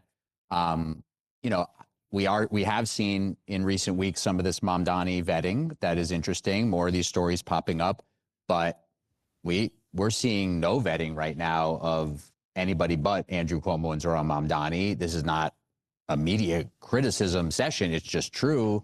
And, you know, if there's a poll that comes out in a week and all of a sudden Adrienne Adams is surging, we will quickly see, you know, resources in these very resource-thin newsrooms jump into, oh, we got to look a little closer at her record. It's a big challenge. There's also something interesting I felt covering the race in 2021 that I think is applicable here, which is there was a lot of this atmosphere among, I think, journalists and people who follow politics very closely around Eric Adams back then, that it was sort of like the messiness of Eric Adams and his eccentricities and other things is sort of like, it's so out there, it's so known. And I think there's a lot of that with Andrew Cuomo now, right? It's like a lot of this guy's baggage and scandals are known and have been out there. And that does make it difficult for newsrooms to sort of figure out, when there's nothing that new happening, what you do. And it is a challenge, you know, I mean, not speaking for everybody, I just, my personal experience to sort of figure out what are the angles to further vet some of these candidates, you know, is a interesting challenge. But again, just from my perspective, you know, sometimes I zoom out and look at the field and I say, we're talking about someone who had this enormous list of scandals and had to resign from office. And we're talking about a 33-year-old assembly member who's achieved virtually nothing in office as the top two choices. And this is sort of disturbing from a civic health point of view.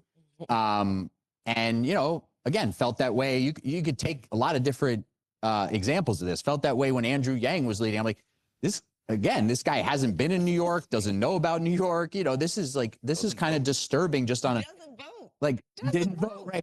So, you know, when you zoom out on some of this stuff, you got to, again, you know, I think it's just important in life to do this, right? And to not be like in the muck of the details of it and say, what's going on here? And I mean, this is, you know, there's some troubling stuff here, not to be too depressing.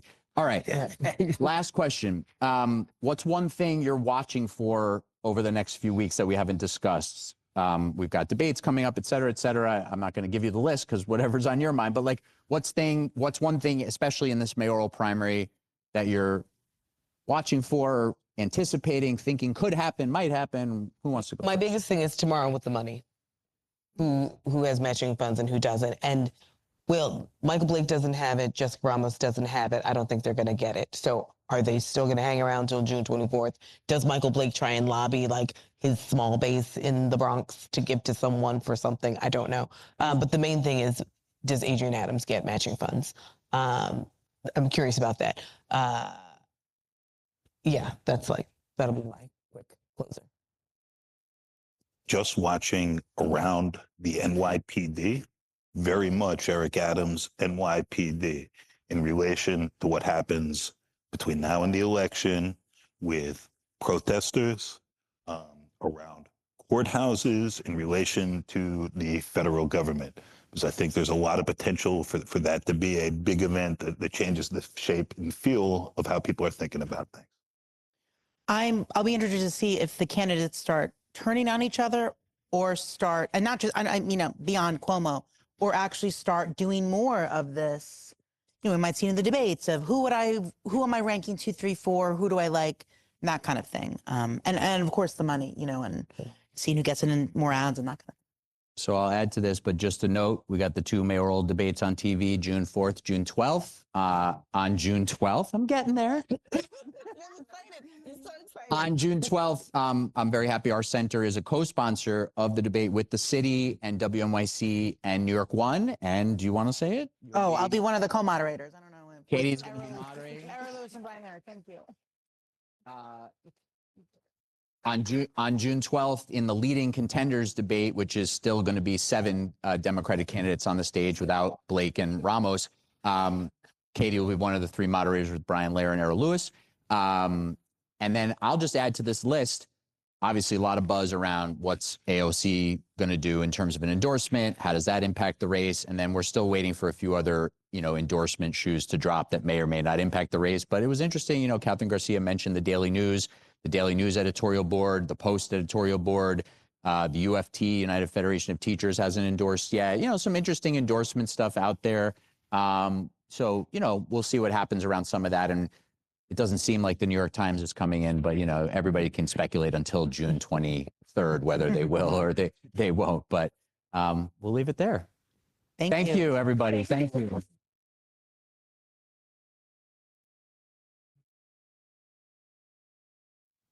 And thank you, City Council Member Gail Brewer, for being here.